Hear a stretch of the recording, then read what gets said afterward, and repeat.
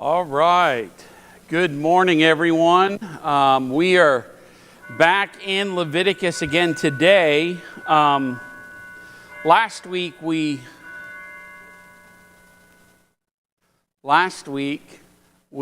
wrapped up talking about the priests. An incident happens in Leviticus 10 that we didn't really touch on, kind of on purpose. The text doesn't tell us a lot about what was unauthorized by Nadab and Abihu's fire. There's lots of speculation. Unfortunately, that's all it is, speculation. I've heard all sorts of things. But what's interesting to me is that incident is recorded, and I think it's recorded in part because of this next part that we're going to be talking about, which is the cleanliness rules, which, to be honest, may be one of my favorite parts of Leviticus. And we'll explain as we get into it. But just after Nadab and Abihu are carried off, we have this verse in Leviticus chapter 10. And in Leviticus chapter 10, verses 10 and 11, it says, "You," speaking to the priests, "are to distinguish between the holy and the common, and between the unclean and the clean, and you are to teach the people of Israel all the statutes that the Lord has spoken to them by Moses."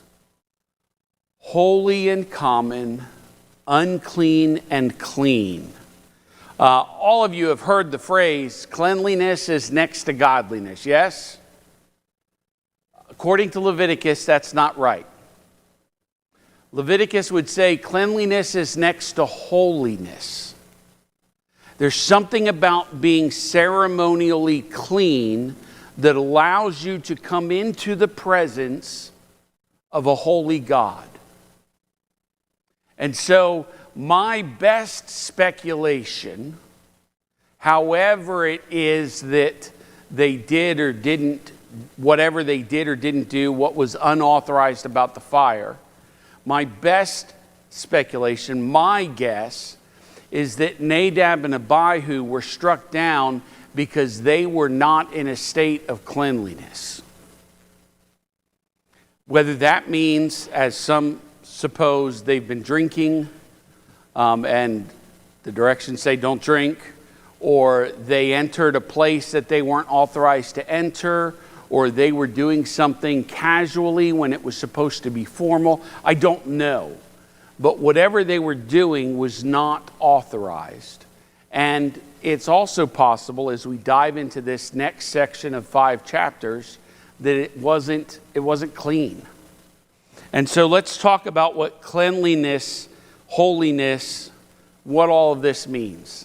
So there's 4 words that we focus on in these next 5 chapters. Holy versus common, and clean versus unclean. Holy comes from God. Holy is God. God is holy. And holiness means being set apart, something sacred, something done for God. So the tabernacle, everything in the tabernacle was set apart to worship God. The priests were set apart to serve God. The people of Israel were set apart to be His people. We are called to be holy, set apart for God's service. And so understanding holy, meaning set apart for God, versus common, which is just everyday use. We have common things all around, but there are some things that are just set apart. When I was growing up, I had certain clothes that were my Sunday clothes. We only wore them for church or some very, very special occasion. But those clothes were set apart. They weren't my everyday clothes.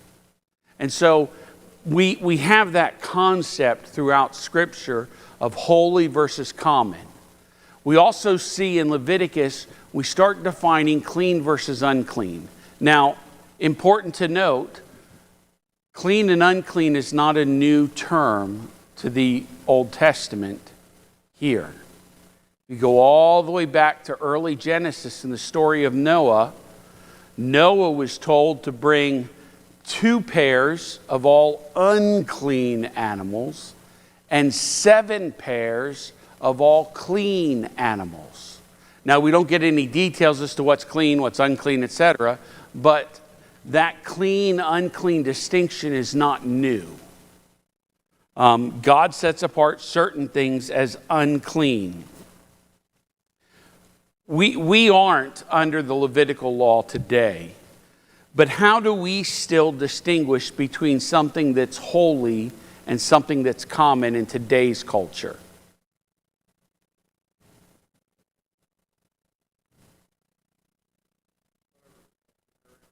Whatever's customary, okay? Yeah, there's customary things, and then there are special things, or maybe holy things. What else? How do you see those distinctions play out in today's world?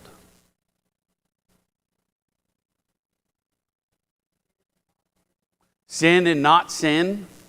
Yeah. Certain things are sinful, certain things aren't. An important distinction, being unclean is not sinful. Something to keep in mind. Under Levitical law, common meant every day, clean meant pure. Common items could be clean, but anything unclean couldn't be holy or be in the presence of a holy God. And so as we talk about that, let's keep those items in mind.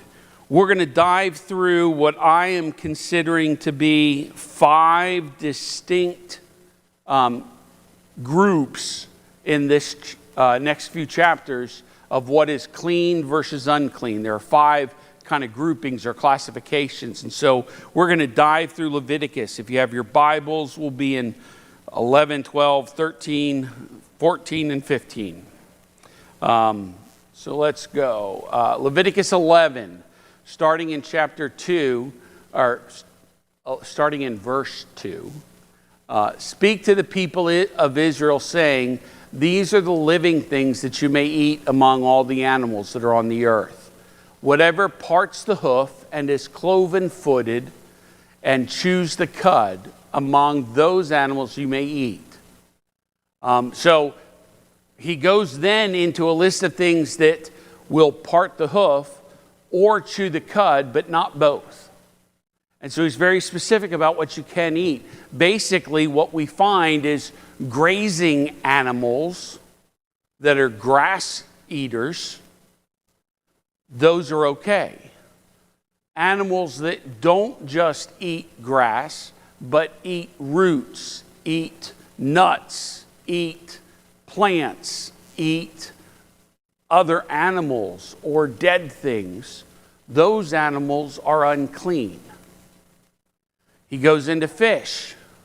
These you may eat, verse 9, of all that are in the waters, everything in the waters that has fins and scales, whether in the seas or in the rivers you may eat, but anything in the seas or rivers that does not have fins and scales, of the swarming creatures in the waters and of the living creatures that are in the waters, those are detestable to you.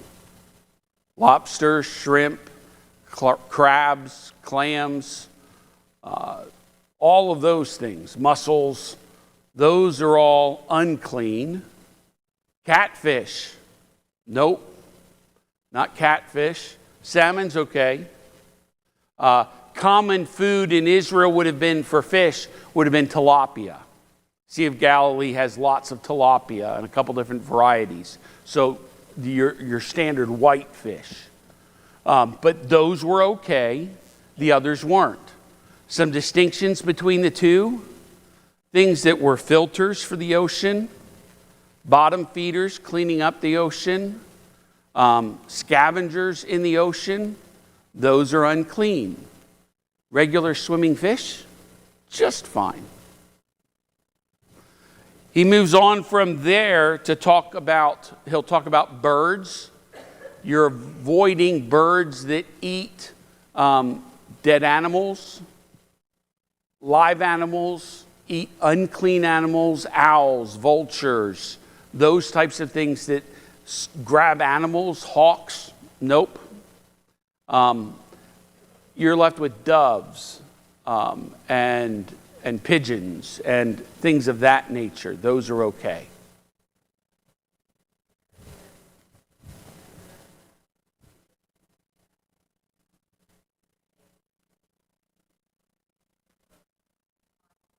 Uh-huh.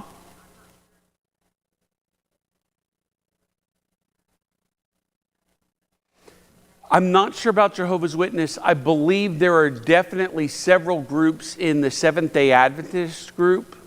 Those that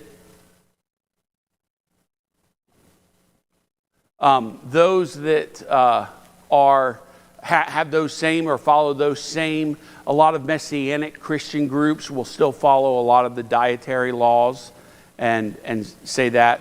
And there are a few other religions that have certain food and animal restrictions as well.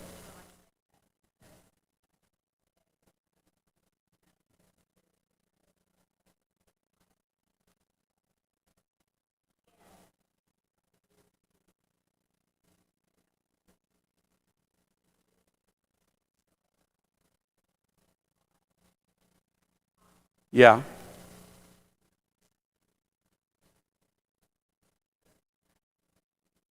Mm-hmm. Yeah. And there are groups that still practice that today, but various groups, Jehovah's Witnesses, maybe one of them, that does not eat shrimp still to this day. And so those dietary laws still kind of exist in some areas and some groups. And we have our own dietary restrictions. After birds, he starts talking about insects.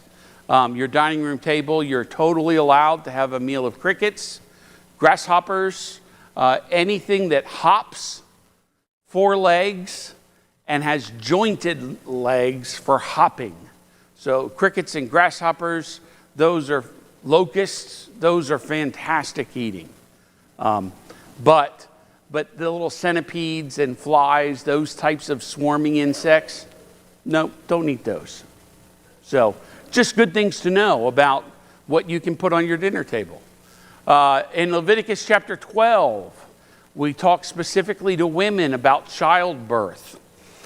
The Lord spoke to Moses saying, "Speak to the people of Israel, saying, if a woman conceives and bears a male child, then she shall be unclean 7 days.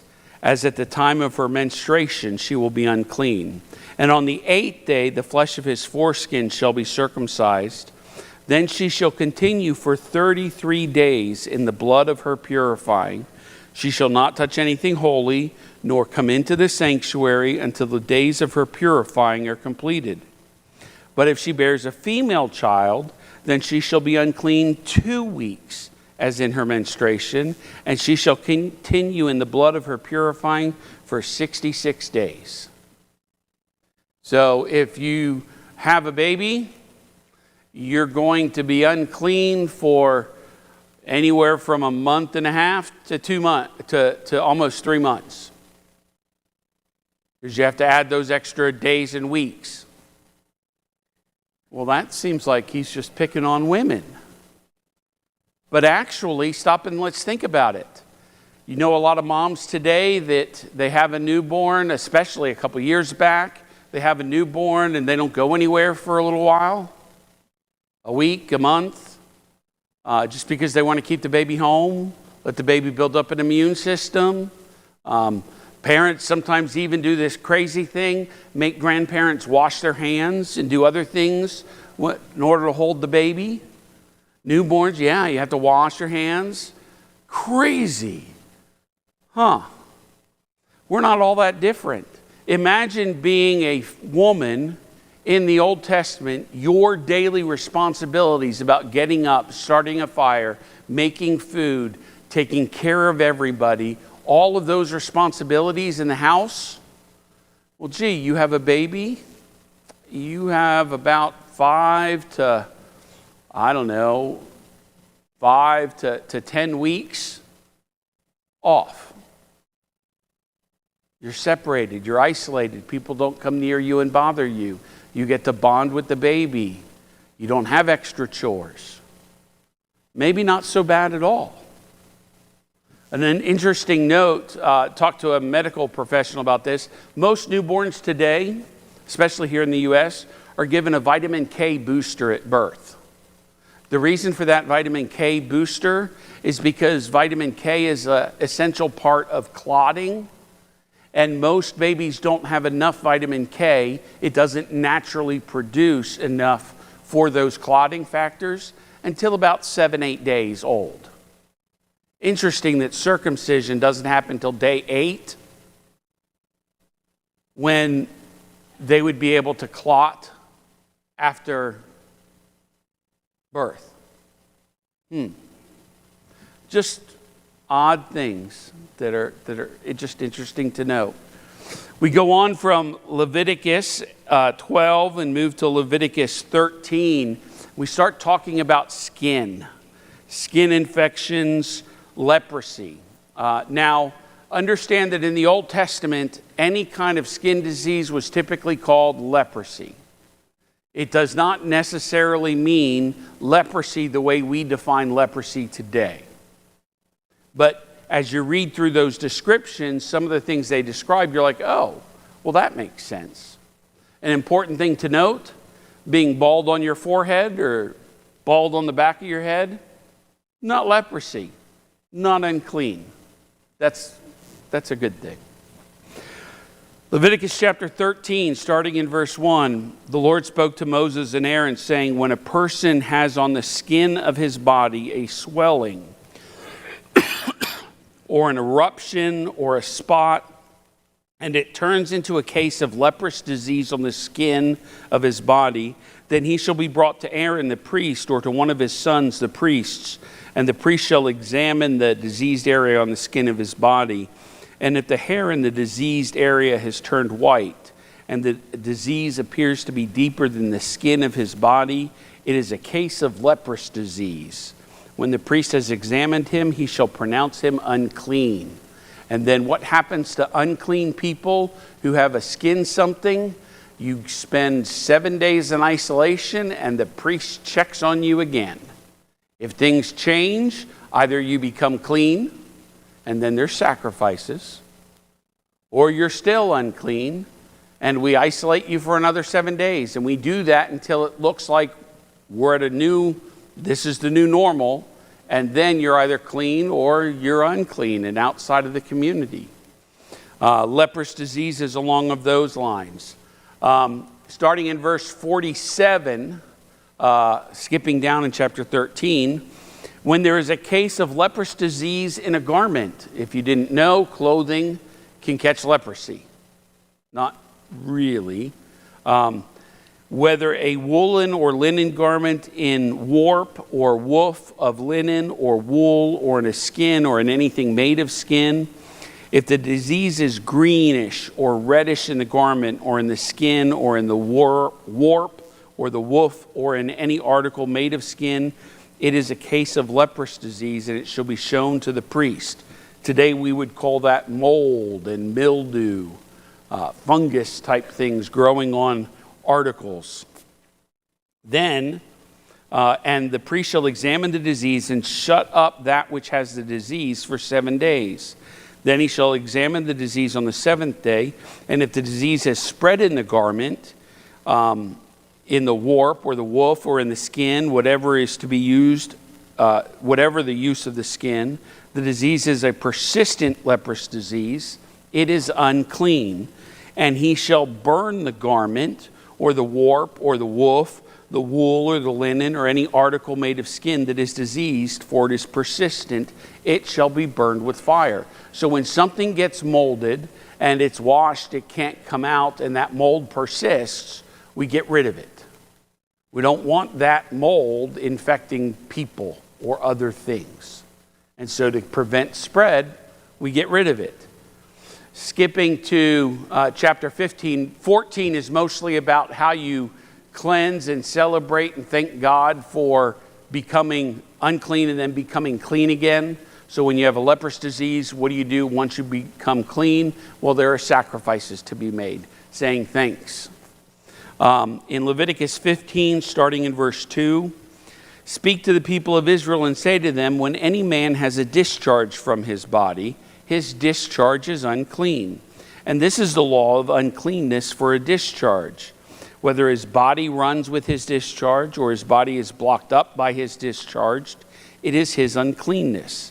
Every bed on which the one with the discharge lies shall be unclean, and everything on which he sits shall be unclean. Skipping down to verse 11. And anyone whom the one with the discharge touches without having rinsed his hands in water shall wash his clothes and bathe himself in water and be unclean until evening. And earthenware, an earthenware vessel that the one with the discharge touches shall be broken, and every vessel of wood shall be rinsed in water. Brass and metal vessels also rinsed with water. And so we have all of these rules about what is unclean. And I've kind of divided them up. You have animals, things that you eat. You have childbirth.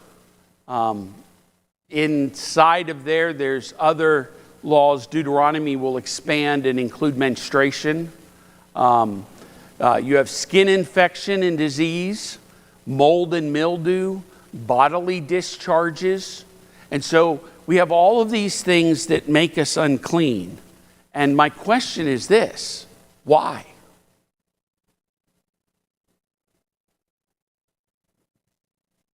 I mean, isn't that why we usually skip over this section? It doesn't make sense. Why are these things unclean? I really do like shrimp and lobster.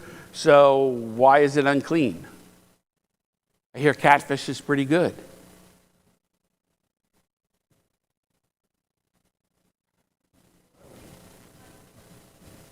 No, that's okay.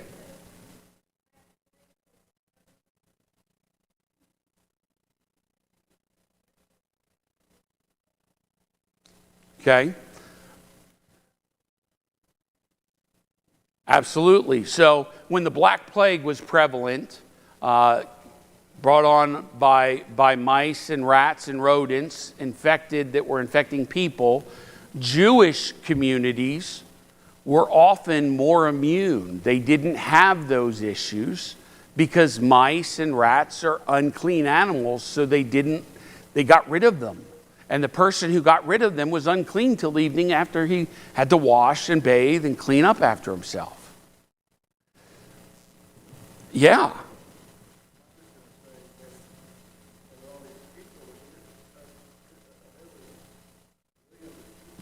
Mm-hmm.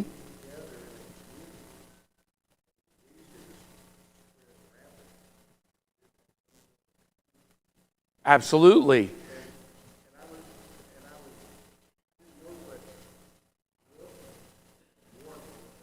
Okay.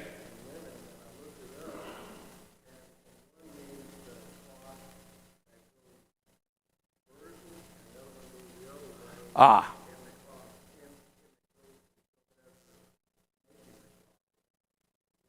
Okay. So warp and woof, one is horizontal, one is vertical, and how they make linen on a loom.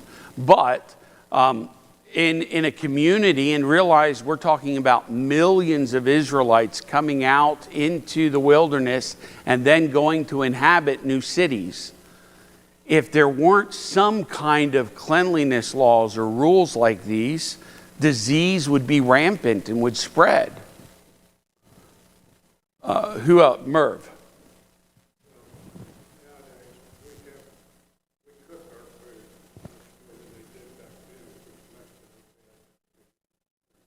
Okay. Absolutely. Nowadays, we cook our foods better. We are a little more aware of disease and foodborne illness, and you don't put raw meat on the same cutting board that you're cutting lettuce on for the salad. And yeah, we certainly do a lot of that. You don't know about sushi? Yeah. So I mean, Bob?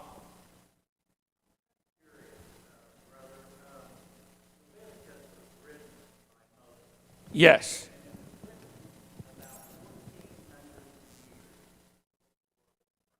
Yes.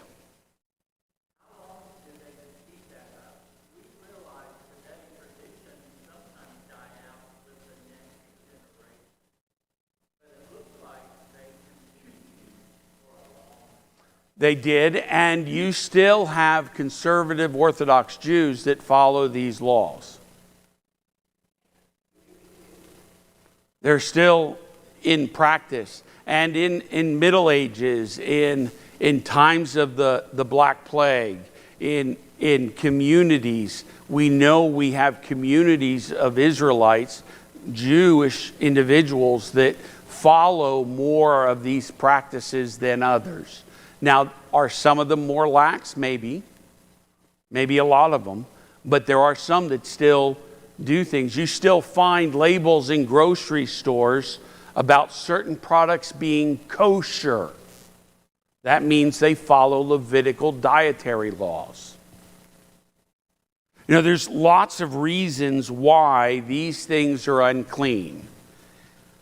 I came up with 4 that I think are pretty significant. In my research and my understanding, these 4 make the most sense to me. There's probably about a dozen more ideas out there, but some of them can be grouped under these headings as well.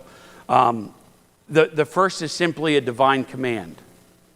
If you are God, you get to make rules because you are God. That's just the rule. In some homes, you cannot put shoes on furniture. In other homes, it's not as big of a deal. In some homes, shoes come off at the door. In other homes, no. We make rules because there are homes, there are lives, there are kids. We get that privilege. God gets the same thing. He gets the right to make rules. And so some of it is just divine command. Think about this. What does the act of not eating certain things teach us about the relationship between physical discipline and spiritual devotion?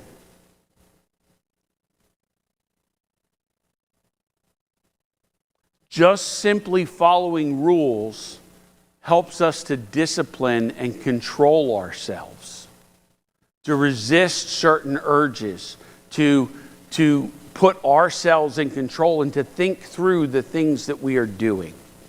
So divine command is one reason. God gets to say, this is the rule. You have to follow it because I'm God. And we should be going, yes, sir. Next, health and sanitation. There is no other ancient civilization that had such a community health code. Realize that priests weren't functioning as doctors, they were health inspectors. I mean, that was their role. You have a blemish, show the priest. He's not going to cure it, but he's going to tell you whether it's good or not. There's mold or mildew, show it to the priest. There's something growing in your house, check with the priest. The priest inspected and said, this is good, this is not good. This is clean, this is unclean. You avoided unclean things. The priest's job was to help enforce that community health code. And so for the first time in any civilization, you have a group of people that are washing, practicing isolation, removal and separation. You know, when people get sick, we don't go around them. We have small group today. One family is not bringing half the family because they have a stomach bug. We're thankful. If they were coming to your house, you'd be thankful if they didn't come. We understand the idea of isolation and separation. There's still signs for, please stand 6 feet apart. Those things, we get that in modern society. Ancient societies didn't have that. But that is significant. In Exodus chapter 15, verse 26 reads, "If you will diligently listen to the voice of the Lord your God and do that which is right in his eyes, and give ear to his commandments, and keep all his statutes, I will put none of the diseases on you that I put on the Egyptians, for I am the Lord your healer. If you remember, after touching a dead thing or an unclean animal, to wash your clothes and avoid interacting with the community until the evening, it will help prevent the spread of disease.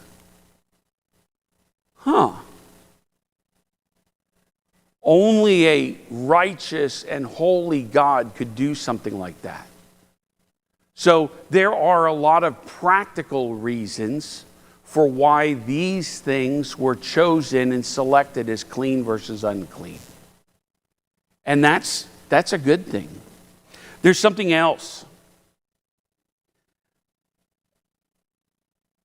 Just not only the potential health benefits, but think about how did these dietary rules, all of these restrictions about health and everything, impact Israel every time they sat down to eat?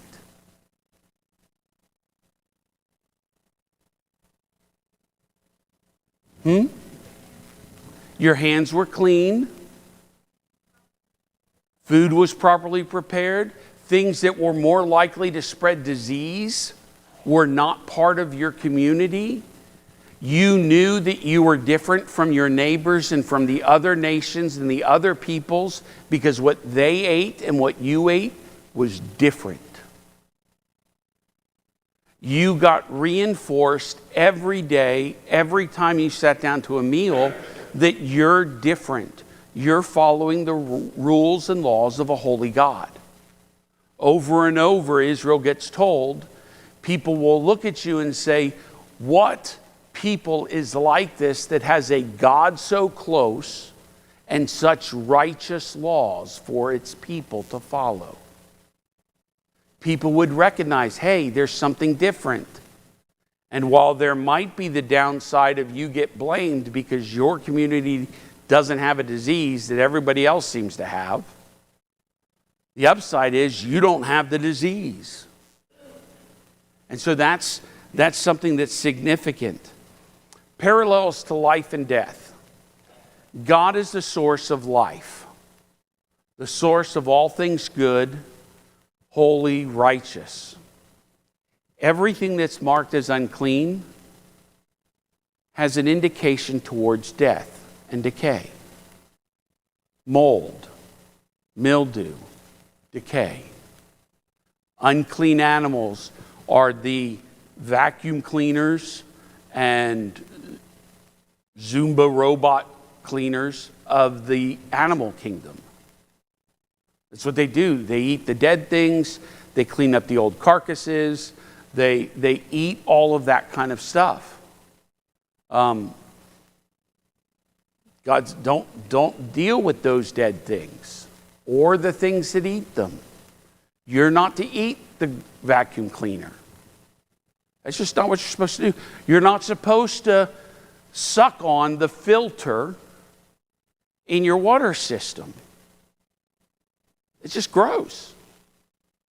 Well, frankly, that's what scallops are. Clams, mussels, they're the sea filters. Imagine how gross the ocean would be if you didn't have those filter animals. And so God said, all of those things lead to death. Let's stop and think about menstruation or an emission of semen.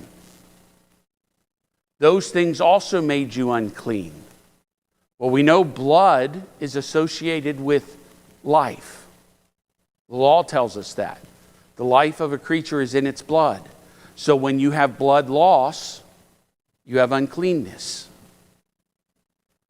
Semen is described as seed. It's the male's contribution to new life. So when seed spills, it's a loss of life. Everything in God's cleanliness laws point to either things that will benefit for life or things that lead directly to decay, death, and disease.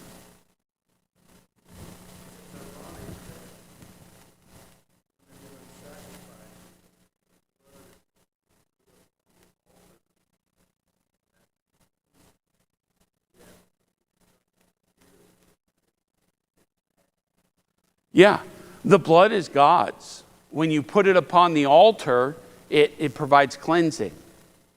But when it's spilled, it's bad. It's also interesting that the things that are holy and pleasing to burn up for God, the things that if you go through the sacrifice law and you start looking at how they're supposed to butcher the lamb or the calf or the goat, it's the lobe of the liver, the filter of the body, the fat, the kidneys. Those things get burned up. They weren't supposed to eat blood. They weren't supposed to eat fat. High fat diet. Who knew that was not healthy? God knew. But those were the things that you burned up, sacrificing those things to God. Not just because that's what God wanted, but God's looking out for his people. And so you have this parallel to life and death. But there's also this idea that having this unique code, this separate, unique set of laws, separates Israel to say, you are a unique people. You don't live like everybody else. You've been paying attention to Kevin's sermon series. He's been talking to us about holy living. Living differently than the world. Christians are supposed to be different. We're supposed to look different, act different, think different, talk different.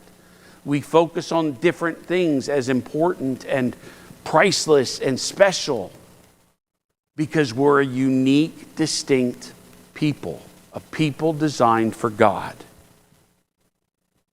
Think about that. How does having a unique code, unique characteristics distinguish you from the rest of the world? How are Christians distinguished as unique in the world today?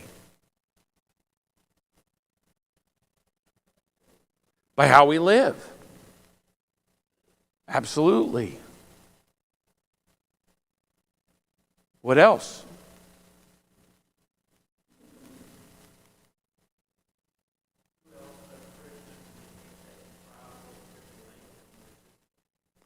Who else but Christians would think trials and tribulations are good for you?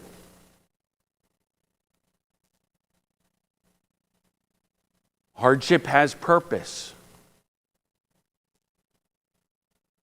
You can always look for the hope because this is not all there is.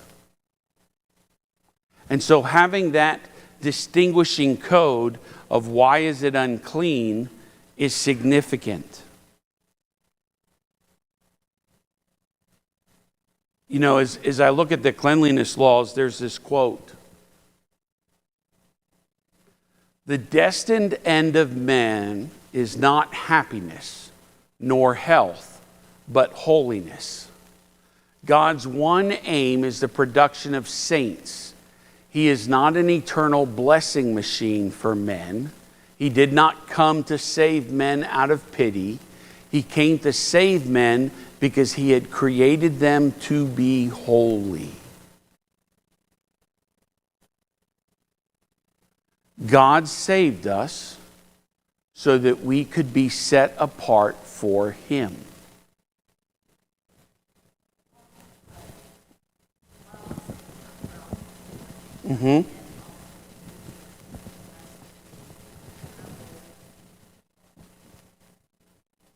Yeah, absolutely. Those things teach us humility and how to be humble, reminding us that no one is above the struggles in life, and everyone can get through those with God's support and help. Those are critically important. Thinking about this quote, what stands out to you about it?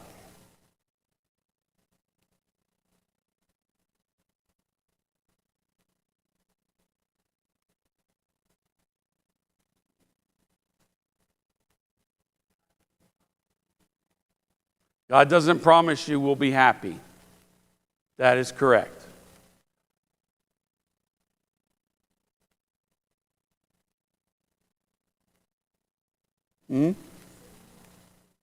Nor healthy. Yeah.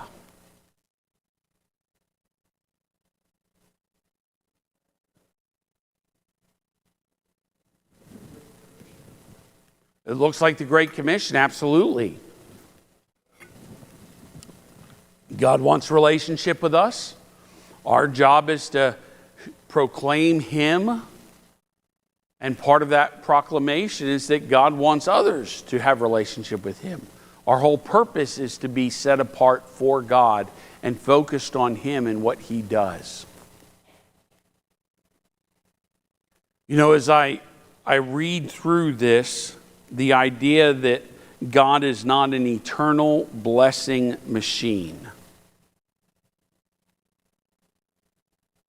So often, we come to God, and I'm guilty of this, praying to God and not recognizing who God is, but diving in first with, dear God, I need, I want, will you, can you, please help, before even acknowledging, God, you're holy and righteous. God, you are all powerful, you are creator. God, you give. And God, you take away. As Job said, God gives and God takes away. Blessed is the name of the Lord. He's God. And oftentimes, even me in my own prayer life, realize that I fail to think of Him beyond, He's who I go to when I need something. He's who I go to when I need something. And that's not what we're designed to be. God's primary goal is not to make us happy or healthy. But think about that for a minute. How would you know that? By looking at the prayer line.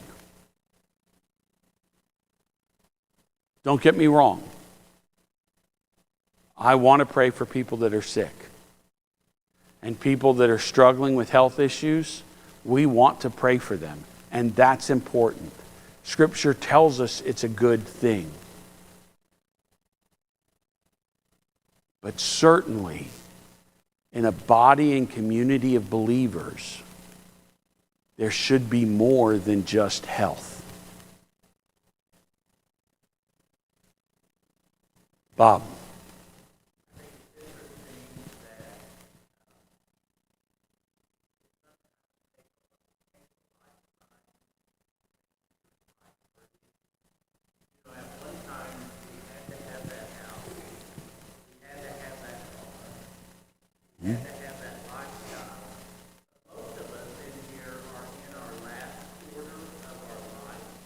Thank you. And our priorities are completely different. Yeah. Bob said sometimes it takes a lifetime to change your priorities.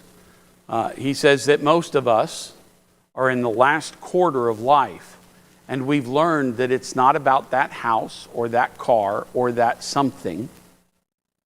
There are other things that are more important.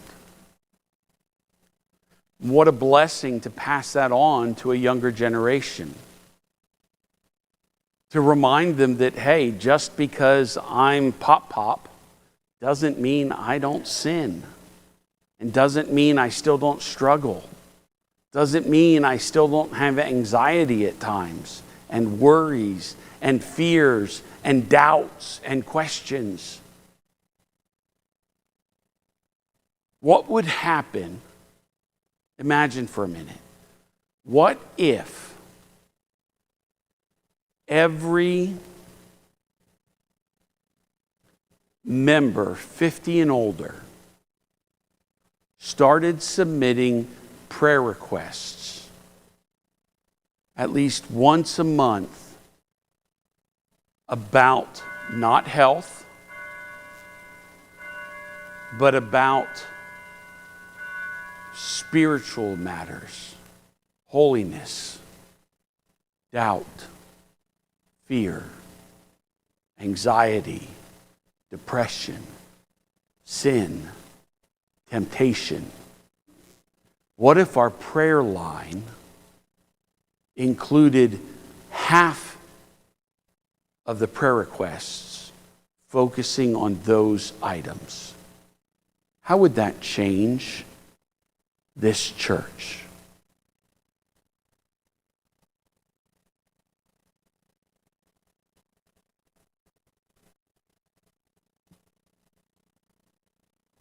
Holiness is something that we're called to do. We're called to be holy because He is holy. Huh? Because we're more mature. Bob said so. But it doesn't have to be 50 and older.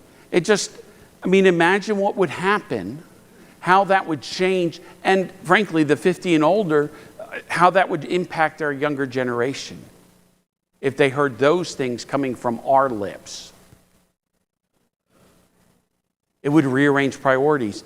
And frankly, that's what the cleanliness laws do. The cleanliness laws tell you that the physical stuff is here to point you to God. Focus on the things that bring life and holiness, cleanliness, things that keep you separate from God, things that lead to decay and death. Put those aside. Run away from them. Flee them. Wash yourselves of them. Don't let those things infect you. Uh-huh.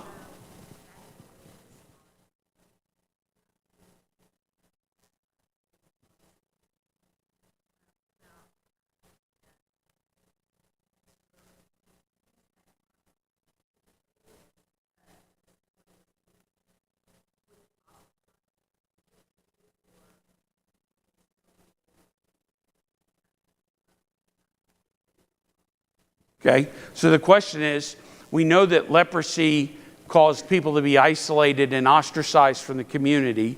And I would say that some of how Israel handled those things went beyond what God's expectation was. The purpose was to cleanse and purify a people, not to exclude others.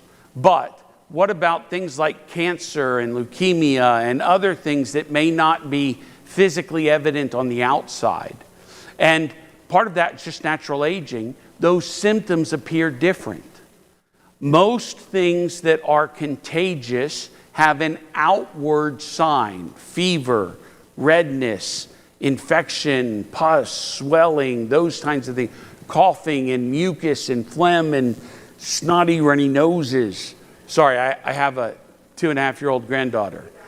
Those gross things, all of those things are evident and visible, and so God says, wash, be away, separate, isolate. But the things that are inside, they caused pain, they slowed you down, but they didn't isolate you from community. Great question. Our goal is to be holy. The cleanliness laws were one way of God taking care of His people, helping them to see what matters most is life in community with Him. And that's our cleanliness laws. Next week, we talk about atonement. 2 chapters just on the Day of Atonement, a special sacrifice and ceremony for God. Thank you so much.